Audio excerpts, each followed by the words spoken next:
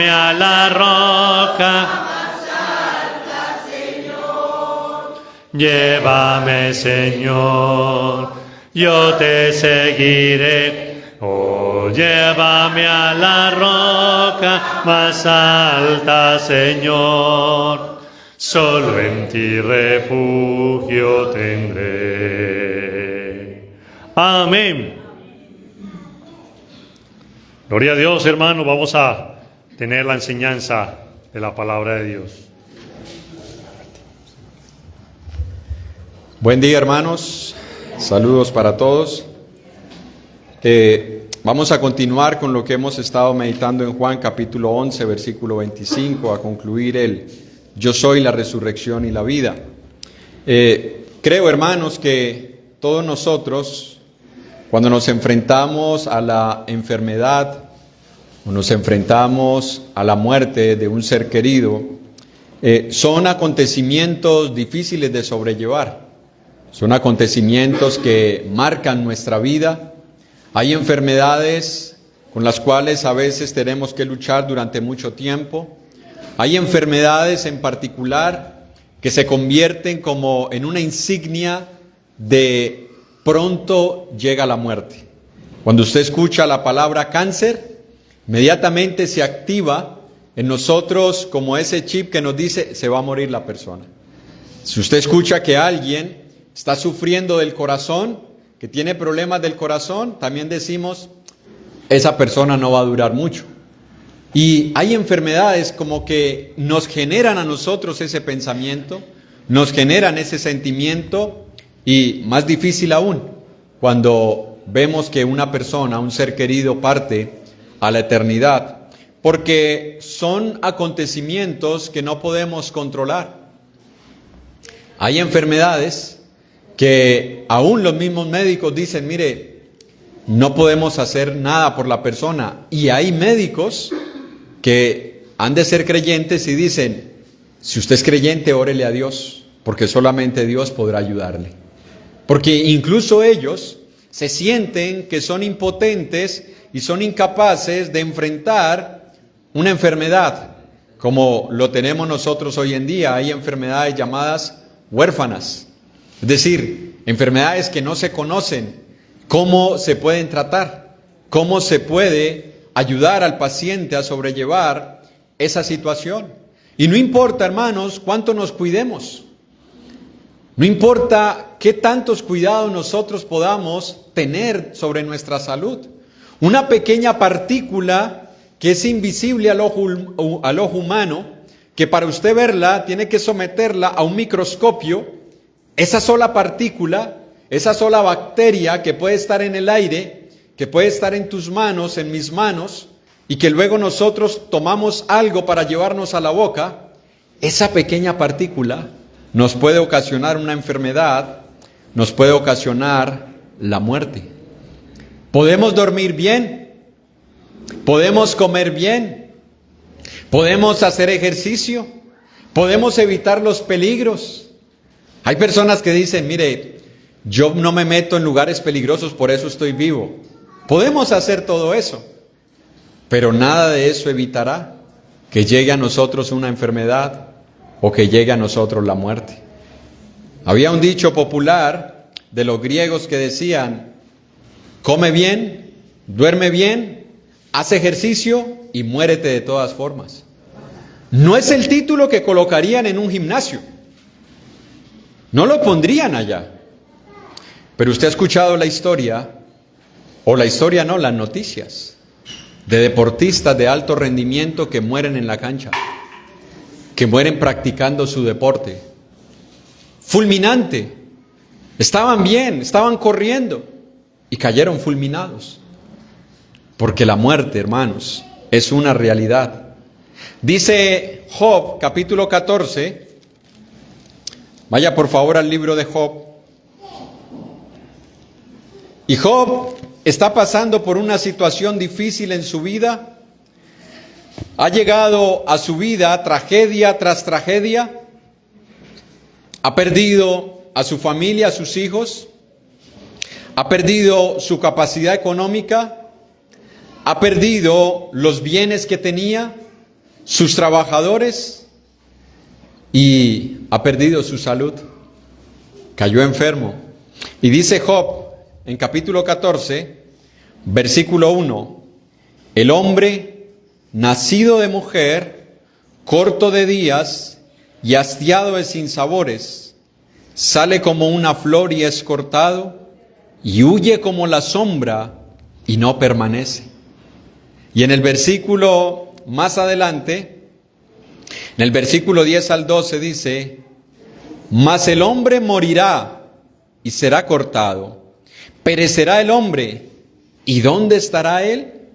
Como las aguas se van del mar y el río se agota y se seca, así el hombre yace y no vuelve a levantarse, hasta que no haya cielo, no despertarán ni se levantarán de su sueño.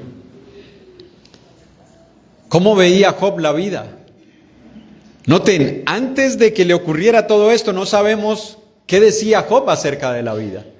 Pero cuando se enfrentó a una crisis, a una tragedia, él dice, yo entiendo lo que pasa con el hombre. El hombre es corto de días y es hastiado de sinsabores. O sea, venimos a este mundo y venimos a sufrir, como lo dice más adelante. Como las chispas saltan al aire, así el hombre nace para la aflicción. Él siente que tiene que enfrentar una tragedia en su vida, que tiene que enfrentar la enfermedad, que tiene que enfrentar la muerte y que solamente está en las manos de Dios la resurrección. Es curioso porque aquí Job dice que el hombre que muere no se vuelve a levantar.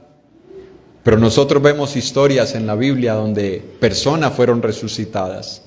Elías resucitó al hijo de la viuda de Sarepta. Vemos también cómo en el Nuevo Testamento el mismo Señor resucitó a varias personas y a Lázaro, su amigo, del cual estamos meditando en esta ocasión. Volviendo al Evangelio de Juan, capítulo 11, nosotros nos encontramos con esa escena bastante triste, bastante difícil, porque ha muerto un ser querido en una familia. Como les decía en otra ocasión, no se menciona que ninguno de ellos estuviese casado, no se menciona que tuviesen padres todavía vivos, sino que se los menciona a ellos tres solitos. Una mujer, dos mujeres con un hombre. Y es particular porque cuando usted mira el orden en que se mencionan a los integrantes de la familia, se menciona Marta, María y Lázaro. Lo más común es que se mencione al varón por ser la cabeza de esta familia. Pero al parecer, Lázaro era el menor. Y estas mujeres eran mayores, Marta y María. Pero ha muerto el hombre, ha muerto la persona, figura de esa familia, de esa casa. Ha muerto aquel en quien tal vez habían depositado su esperanza de que sería quien cuidaría de ellas en un futuro. Porque cuando ellas envejecerían, él estaría creciendo y estaría en todo su vigor para poder cuidar de su familia. Pero muere esa esperanza, muere su hermano. Y quedan ellas solas, quedan ellas a merced de lo que tal vez pudieran hacer las demás personas por ellas. Recordemos que en esa cultura la mujer no heredaba, heredaban los hombres. Y si ellas murieron, ¿quién iba a quedar con las posesiones? ¿Cómo iban a hacer para salir adelante? En una cultura donde el trabajo de la mujer no era tan valorado como lo es hoy en día. ¿Y qué ocurrió? Bueno, en el versículo 32 al 35, Juan 11, 32 al 35 dice, María, cuando llegó a donde estaba Jesús, al verle, se postró a sus pies diciéndole, Señor, si hubieses estado aquí, no habría muerto mi hermano. Jesús entonces, al verla llorando, y a los judíos que la acompañaban también llorando, se estremeció en espíritu y se conmovió y dijo: ¿dónde le pusiste? Le dijeron: Señor, ven y ve.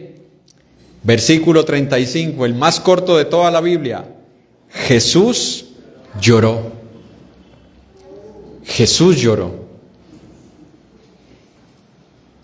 ¿Qué es o cuáles son los sentimientos y las emociones que más se ven en torno a un funeral?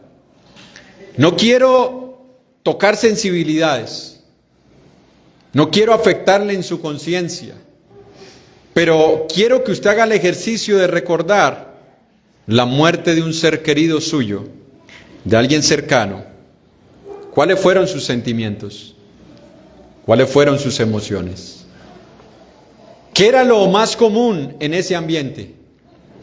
Las lágrimas, el llanto, las cabezas agachadas, los ojos hinchados, los rostros demacrados. ¿No es verdad que eso es lo que más se ve en torno a un funeral? Y más si es tu padre, si es tu madre, o si es un hijo tuyo. Decía un hermano que la muerte de un hijo es muy dolorosa. A mí todavía no se me han muerto, pero mi madre tuvo que enterrar 2.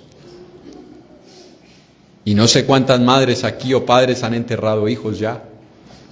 Que uno espera que sea al revés. Siempre decimos: mis hijos me enterrarán. No sabemos si somos nosotros los que debemos enterrar a un hijo. Pero Jesús lloró en esa situación, en ese ambiente donde afloran los sentimientos, donde las emociones están allí a flor de piel. La pregunta es: ¿por qué lloró Jesús? Han habido diferentes hipótesis, comentarios, no interpretaciones, porque no hay manera de interpretar, porque no nos da la razón del por qué Jesús lloró. Lloró Jesús porque se compadeció de esta familia que está pasando por ese momento, se puso en el lugar de ellos, como nos dice Romanos capítulo 12, versículo 15, llorad con los que lloran. Lloró Jesús por esa razón, porque quiso acompañarles en su dolor, porque quiso acompañarles en su sufrimiento. En la época de Jesús habían lo que se llamaban planideras, que eran este grupo de personas. Eran un grupo de personas que se alquilaban para ir a los funerales y llorar, acompañar, porque algunos habían muerto y no los amaba nadie, que no los lloraba ni siquiera su propia familia. Entonces, ¿qué hacían? Alquilaban un grupo de personas y ellas iban, y dependiendo el pago, habían entonces llantos, gritos y hasta desmayos. ¿Era Jesús de ese tipo de persona? ¿Era Jesús que no sentía lo que sentían ellas y simplemente dijo: bueno, pues lloremos aquí con ellas para que no se sientan tan solas? ¿Por qué lloró Jesús? ¿Lloró Jesús por la muerte de Lázaro? No, porque Jesús sabía que iba a morir. Jesús sabía desde que estuvo enfermo, Jesús sabía lo que le iba a ocurrir. No le sorprendió cuando le dijeron: ven y ve, y dijo: ¿cómo así? ¿Lázaro está enterrado? No, porque Jesús conocía no solo lo que le había ocurrido, sino lo que él iba a hacer en la vida de Lázaro. ¿Por qué lloró Jesús? Hay otra ocasión en la que Jesús llora, que tal vez, y digo tal vez, podría ser la causa del llanto de Jesús en ese momento. Está en el mismo Evangelio de Juan. Vaya por favor al Evangelio de Juan, a Lucas, perdón, capítulo 19, versículo 41 al 44. Dice Lucas 19, 41 al 44. Vamos a esperar a que lo busquen, para que usted vea una escena similar en la que Jesús llora. Dice la Escritura, y cuando llegó cerca de la ciudad, al verla, lloró sobre ella. Y noten lo que nos sigue relatando, diciendo, oh, si también tú conocieses a lo menos en tu día, en este tu día, lo que es para tu paz, mas ahora está encubierto de tus ojos, porque vendrán días sobre ti cuando tus enemigos te rodearán con vallado y te sitiarán por todas partes y te estrecharán y te derribarán a tierra y a tus hijos dentro de ti y no dejarán en ti piedra sobre piedra. Y esa expresión por cuanto se refiere a lo anterior, por cuanto no conociste el tiempo de tu visitación. ¿Por qué lloró Jesús en esa ocasión? Por la incredulidad de estas personas, que no reconocieron el tiempo de la visitación de Dios, que no reconocieron que aquel que les estaba hablando, que aquel que les estaba predicando, era aquel que les había prometido estar con ellos. Con el profeta Isaías cuando dijo, he aquí yo mismo que hablo, estaré entre ustedes. Y Jesús lloró al ver cómo las personas de Jerusalén habían caído en tremenda dureza de corazón. ¿Podría haber sido esta la causa por la que Jesús lloró acá? Porque sus hermanas le están diciendo, si hubieras estado, mi hermano no habría muerto. Por los fariseos, que más adelante cuando Jesús llora dicen, ¿no podía este que le abrió los ojos al ciego haber impedido que Lázaro muriera? Hermanos, si hay algo que la Biblia nos describe a nosotros, que enciende emociones, y explico esta parte, Dios tiene emociones y sentimientos, pero no es controlado por ellos, pero los tiene. Pero si hay algo que se hace ver en las Escrituras, es que la incredulidad activa en Dios sentimientos de rechazo. Cuando el hombre actúa con incredulidad, cuando el hombre no cree lo que Dios dice. Y por eso es que los incrédulos serán condenados. No solo por nuestros pecados, porque nuestros pecados pueden ser perdonados en la sangre de Cristo, sino la incredulidad es lo que despierta en Dios esas actitudes o esas emociones o esos sentimientos. Y en este caso vemos nosotros que Jesús llora. ¿Llora porque su amigo Lázaro está muerto? Puede ser. Porque a pesar de que él sabe que lo va a resucitar, el usted saber de que alguien está pasando por un momento difícil y doloroso, a usted le remueven sus sentimientos. Es como cuando usted lleva a su niño o sus niñas a vacunar. Cuando las niñas lloran o los niños lloran, hay padres que lloran con los niños. No les están haciendo nada malo al niño. Saben que la vacuna es necesaria para el fortalecimiento de su sistema inmune, pero aún así hay sentimientos, hay emociones. ¿Sería acaso esta la razón por la cual Jesús lloró?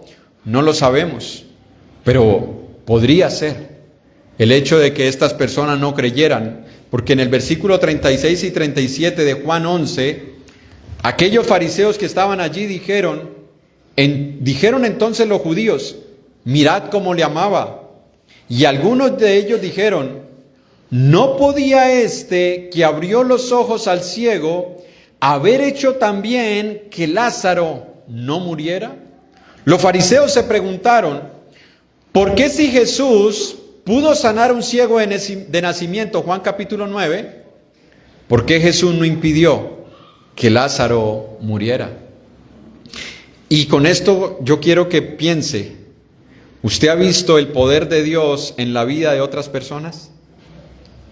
¿Usted ha visto cómo una persona está pasando por una situación difícil, económica, sentimental, emocional, marital, con sus hijos, física, y cómo la persona, luego Dios le ha bendecido?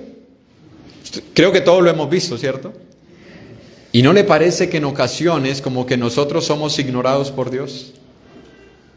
Como que vemos al de al lado y decimos, pero si Dios le respondió, si Dios lo ayudó, si Dios lo bendijo, si Dios lo sanó, ¿por qué yo no? ¿Por qué Jesús no evitó la muerte de Lázaro? ¿Por qué si Jesús acababa de sanar a un ciego de nacimiento, algo que nunca se había visto, por qué Jesús no evitó que Lázaro siquiera enfermara? ¿Podía evitarlo el Señor? Por supuesto. ¿Por qué no lo evitó? Porque muchas veces Dios no detiene las tragedias en nuestra vida, porque esas tragedias tienen un propósito que a veces no entendemos, que a veces no comprendemos, que nos cuestionamos nosotros, que le preguntamos a Dios, que buscamos respuestas y no las encontramos. Pero podemos creer en lo que dice la palabra de Dios. En Romanos capítulo 8, versículo 28, el por qué muchas veces el Señor no detiene los sufrimientos y no detiene las tragedias en nuestra vida. En Romanos capítulo 8, versículo 28 dice, y sabemos que a los que aman a Dios, todas las cosas les salen bien. Amén. Amén. ¿Así dice el pasaje? Y sabemos que a los que aman a Dios, todas las cosas les ayudan a bien. Cuando se refiere a todas las cosas, ¿a cuáles cosas se está refiriendo? ¿Solo las buenas? ¿O también las negativas? ¿También las tragedias? Todas las cosas, hermanos, nos ayudan a bien, aún esas situaciones difíciles, aún esos momentos dolorosos y tristes, aún esos momentos en los que lloramos, nos quebrantamos, que pasamos noches en vela, que dejamos de comer, que no tuvimos reposo en nuestra alma. Aún todos esos momentos, dice la Escritura, nos ayudan a bien. Si nosotros amamos a Dios, si nosotros hemos sido llamados conforme a su propósito, todas esas circunstancias por las que atravesamos tienen algo bueno al final. Lo que pasa es que cuando uno está experimentándolo, no lo ve. Cuando uno está pasando por el dolor y el sufrimiento, uno no ve el futuro. Uno ve solamente su tristeza, lo que está ocurriendo en el momento. Eso le estaba pasando a este grupo de personas, tanto a Marta y a María como a los fariseos que estaban allí. No sabían lo que iba a hacer Jesús. Por eso habían llantos, por eso había tristeza, por eso habían clamores, por eso hubieron incluso reproches de una forma velada hacia Jesús. ¿Pero qué hizo Jesús? Bueno, Jesús resucitó a Lázaro. Y vamos a ver esa parte del versículo 38 al 44 en Juan capítulo 11. Jesús, profundamente conmovido, otra vez vino al sepulcro. Era una cueva y tenía una piedra puesta encima. Dijo Jesús, quitad la piedra. Marta, la hermana del que había muerto, le dijo, Señor, hiede ya, porque es de 4 días. Jesús le dijo, ¿no te he dicho que si crees verás la gloria de Dios? Entonces quitaron la piedra de donde había sido puesto el muerto, y Jesús, alzando los ojos a lo alto, dijo, Padre, gracias te doy por haberme oído. Yo sabía que siempre me oyes, pero lo dije por causa de la multitud que está alrededor. ¿Para qué? Para que crean que tú me enviaste. Y habiendo dicho esto, clamó a gran voz, Lázaro, ven fuera. Y el que había muerto salió, atadas las manos y los pies con vendas, y el rostro envuelto en un sudario. Jesús les dijo, desatadle y dejarle ir. ¿Qué escena, hermanos? Yo no sé si usted ha llorado con esas películas en donde uno ve que al protagonista le va mal, sufre toda la película y al final todo le sale bien. ¿Cuántos lloraron, no sé, con la película La vida es bella de Will Smith? ¿Sí o no? La vida es bella, no, En busca de la felicidad. En busca de la felicidad. La vida es bella es la otra, la de la Segunda Guerra Mundial. En busca de la felicidad. ¿Cómo Will Smith sufre durante toda la película? Pasa necesidades con su hijo, tienen que dormir en el baño del metro, tiene que irlo a llevar a un lugar donde le dan hospedaje a los habitantes de la calle, y cómo al final comienza la vida a cambiarle. Y cuando él llora, ¿cuántos lloraron con él? Cuando él dice, este momento, este pequeño momento, es a lo que se le llama felicidad.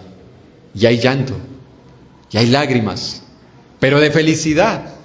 ¿Cómo sería ese momento en el que Jesús resucita a Lázaro? ¿Qué habría en el corazón de Marta y de María? ¿Y qué habría en los pensamientos de las personas que estaban allí que no creían en Jesús? Porque Él dice, yo digo esto para que crean. Implícitamente está de que no creían. ¿Qué habría ocurrido en el corazón de todo este grupo de personas?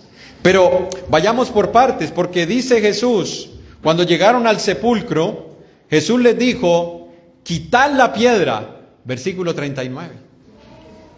Quiten la piedra. Esa orden de Jesús era descabellada, y Marta se lo quiere hacer ver. Porque dice que el muerto ya llevaba, ¿cuántos días? 4. No es lo mismo que hoy en día. Yo me ponía a pensar que hoy en día hay personajes públicos, quienes los tienen en cámara ardiente. ¿Ha escuchado la expresión? Cámara ardiente es que los tienen durante varios días en un lugar especial para que lo vengan a ver todos los que quieran, incluso desde afuera vienen a verlo, y los tienen por 2 y hasta 3 días. Conservados por los químicos y la manera en la que ahorita se pueden conservar los cuerpos para que no entren en descomposición. Pero en esa época no era así. En esa época, cuando una persona la enterraban, al segundo y al tercer día comenzaba ya a descomponerse por los climas tan fuertes que había en esa región y porque no contaban con los químicos que tienen hoy en día. Y este muerto ya lleva 4 días. Y lo que le dicen ellas es, no le quites la piedra, porque vas a encontrar un olor desagradable. Hermanos, a veces nosotros nos encontramos así. Hay problemas que decimos, esto no tiene vuelta atrás, esto ya huele mal. Esto ya no hay manera de solucionarlo. No hay nadie que pueda hacer algo por este problema. Incluso nosotros llegamos a dudar de que Dios pueda actuar. Llegamos a dudar de que Dios pueda obrar, porque decimos, esto ya huele tan mal, está tan descompuesto, que no se puede solucionar. Pero se nos olvida que Dios tiene el poder de dar vida a aquellas cosas que nosotros creemos muertas. Aquellas cosas que nosotros pensamos que ya no tienen solución y que huelen mal. El Señor puede obrar en cualquiera de estas situaciones. Pero cuando Jesús les dice, quiten la piedra, Marta le dice, huele feo ya, porque es de 4 días. Y es llamativo, ¿por qué Jesús esperó hasta el 4.º día y no llegó al primero, al segundo o al tercero? Porque había una creencia dentro de los judíos, escuche, eso no es bíblico, sino que era una creencia que ellos tenían, de que durante 3 días el espíritu todavía estaba rondando el cuerpo. Y hasta el tercer día se podía hacer algo para que el espíritu volviera al cuerpo. Jesús elimina esa creencia, quedándose hasta el 4.º día, para demostrarles que aun cuando ellos pensaban que ya no podía ocurrir nada, Él tenía el poder de darle vida a una persona muerta. Él podía solucionar aquel problema que nosotros decimos, para todo hay solución. ¿Usted ha escuchado la propaganda de Mastercard? Dice, para todo hay solución. ¿Sí o no? Menos, y entonces colocan varias situaciones. Bueno, nosotros tenemos una expresión muy similar. Para todo hay solución, menos para... Pero sí la hay. Porque Jesús tiene el poder de la vida y de la muerte. Lo que para otros era descabellado, para Jesús no lo era. Por eso cuando alguien te dice, en medio de tu problema, mira, haz esto, y tú dices, ¿para qué voy a hacer eso si ya lo intenté todo y no tiene solución? Tal vez esa es la manera en la que Dios te va a responder. En eso que tú no creías, en eso que tú no confiabas, en esa manera de hacer las cosas de parte de Dios, obviamente. No vas a buscar soluciones o ayuda fuera de Dios, pero tal vez esa es la manera en la que Dios nos quiere mostrar que todavía me faltaba hacer algo que yo no había intentado. Nadie hubiera intentado quitar la piedra a menos que Jesús les dijera. Nadie hubiera pensado en quitar la piedra a ver qué había dentro, a menos que Jesús lo dijera. Hermanos, es posible que tú y yo hayamos intentado salir de una situación difícil y hemos buscado ayudas por otros lados, pero tal vez no hemos ido a Dios, tal vez no le hemos preguntado al Señor, ¿qué tenemos que hacer? Y tal vez el Señor un día nos diga, quita la piedra que tú has puesto, que tú mismo fabricaste, que tú mismo colocaste y que te está impidiendo poder ver mi poder, que te está impidiendo poder ver de que yo te puedo ayudar.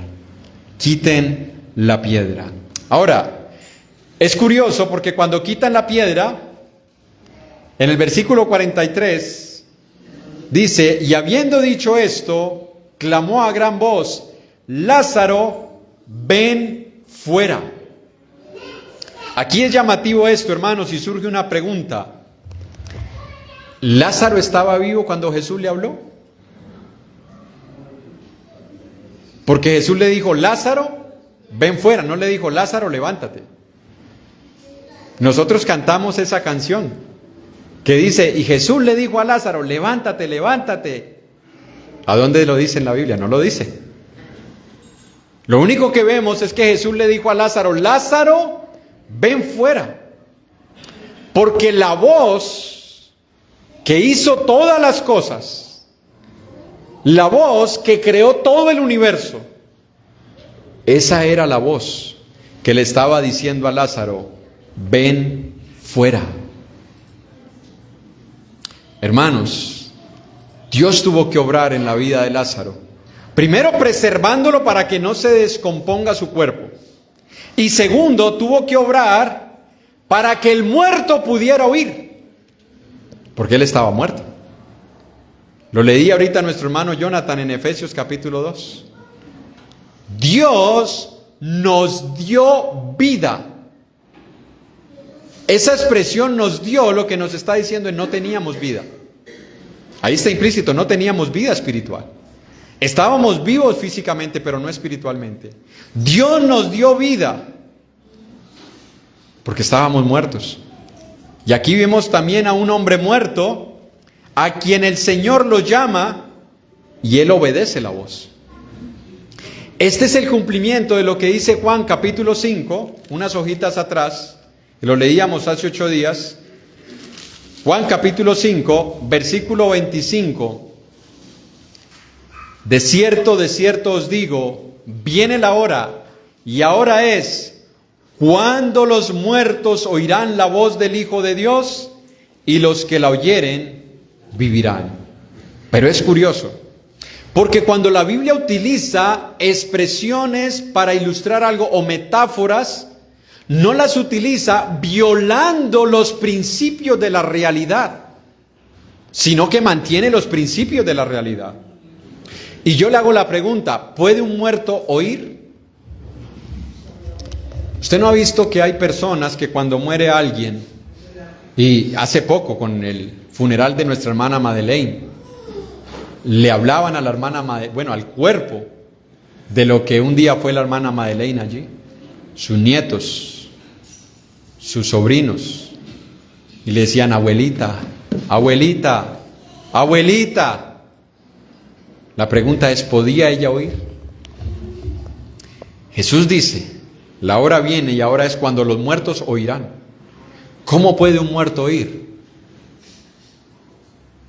La única explicación es que Dios obre en el muerto, para que escuche la voz que tiene el poder de darle vida, y para que obedezca esa voz, porque el muerto no puede ir al encuentro de Dios, a menos que Dios lo llame.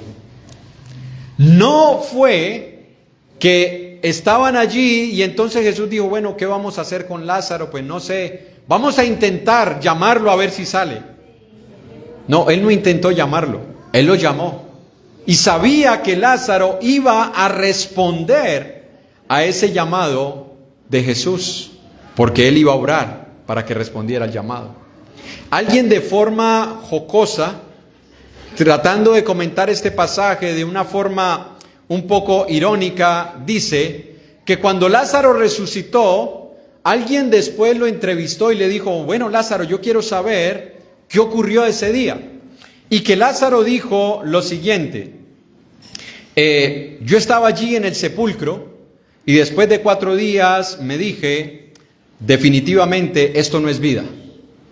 Está muerto y él dice, esto no es vida. Este sudario está muy apretado. Este lugar es muy cerrado y poco ventilado. El lugar donde me han acostado es incómodo. Me siento muy mal. Definitivamente, estar muerto no es la vida que yo quiero. Así que decidí levantarme y darle una oportunidad a Jesús que me llamara y me resucitara. ¿Creemos nosotros que eso fue lo que ocurrió? No, hermanos. Lo que ocurrió es que el Señor Jesús llamó a Lázaro y le dio vida para que Lázaro respondiera al llamado del Señor. Es lo mismo que ha ocurrido con todos nosotros.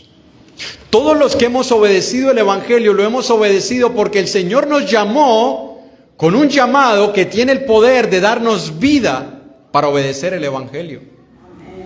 No hay otra explicación, hermanos. El muerto no puede hacer nada. El muerto no puede responder al llamado de Dios. Tiene que haber una voz que tenga el poder de hacer de que el hombre responda a ese llamado. Y tiene la persona que morir para poder tener nueva vida. Lázaro, para poder resucitar, tenía que haber muerto. Es lo mismo que nos ocurre a usted y a mí, hermanos.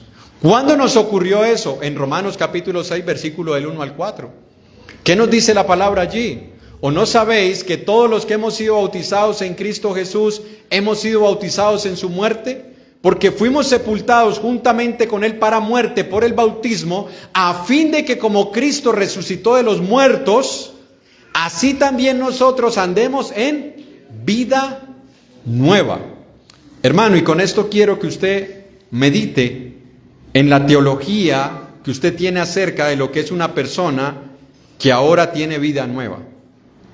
Porque hay incluso personas que llegan a un lugar, comienzan a congregarse, nunca obedecen el Evangelio, comienzan a experimentar cambios en su vida, en su comportamiento, y cuando uno lo mira dice, hermano, yo no sé qué pasó allí, pero ahí la persona tiene que estar viva. Porque mire que tiene incluso más frutos que aquel que se ha bautizado. Este que se bautizó y dijo que es cristiano, mire cómo vive. En cambio este que no ha obedecido el Evangelio, mire los cambios que hay en él. Bueno, hermanos, la palabra enseña que para poder tener el poder de resucitar, primero hay que morir. ¿Y cuándo morimos?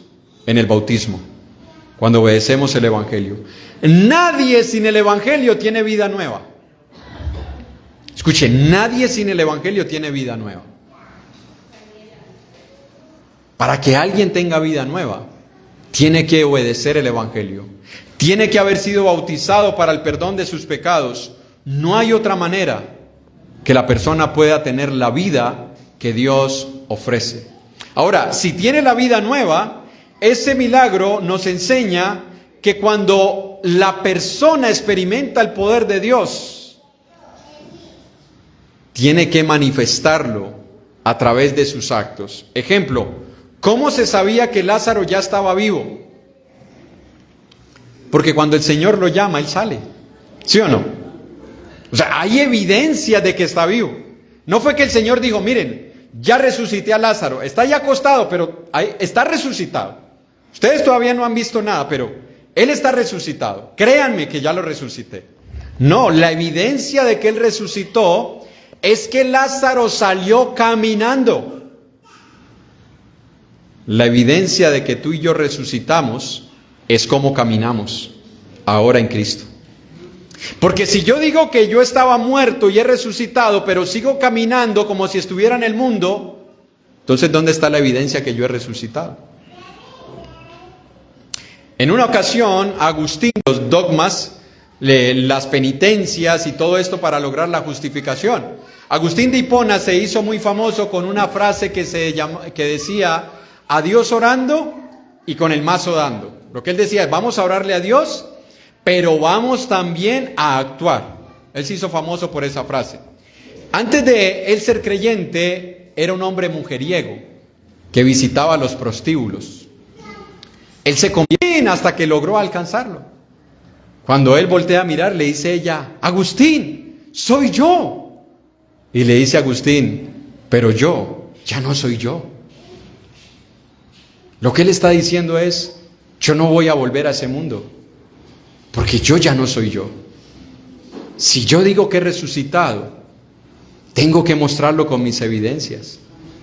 Pero yo no puedo decir que tengo vida nueva y sigo conduciéndome como antes de conocer al Señor.